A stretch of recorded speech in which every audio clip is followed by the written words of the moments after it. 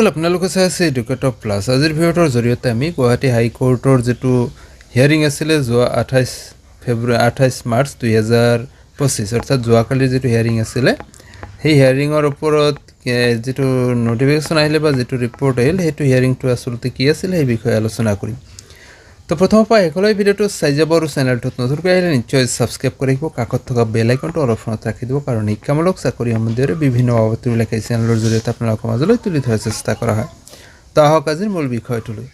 তো বন্ধুসকল, যেটো কেছ আছিলে the state of Assam and others আৰু এগেইনষ্টত ভাৰ্চেছত আছিল দয়ানন্দ দলে এণ্ড 144 আদাৰ্ছ। তো এই প্ৰতিজন অৰ্থাৎ আমি যেটো কেছ পাইছিলোঁ অসম চৰকাৰে NIOS কেণ্ডিডেটৰ এগেইনষ্টত যেটো কেছ কৰিছিলে ষ্টে অৰ্ডাৰৰ বিপৰীতে, সেই সন্দৰ্ভত যেটো হিয়াৰিং আছিলে যোৱাকালি অৰ্থাৎ 28 মাৰ্চ 2025।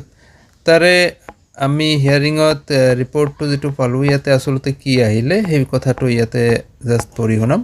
মাত্ৰ এটামান শাৰীতে কমপ্লিট কৰিছে। ইয়াত লিখিছে যে list before any other bench in which one of আছ ইজ নট এ মেম্বাৰ, মানে নেক্সট বেঞ্চলৈ তালিকাখন প্ৰেৰণ কৰিব কৈছে আৰু যিটোত এই বেঞ্চৰ কোনো সদস্য নাই ইয়াত উল্লেখ কৰিছে মিষ্টাৰ এন উন্নিকৃষ্ণন নায়াৰ।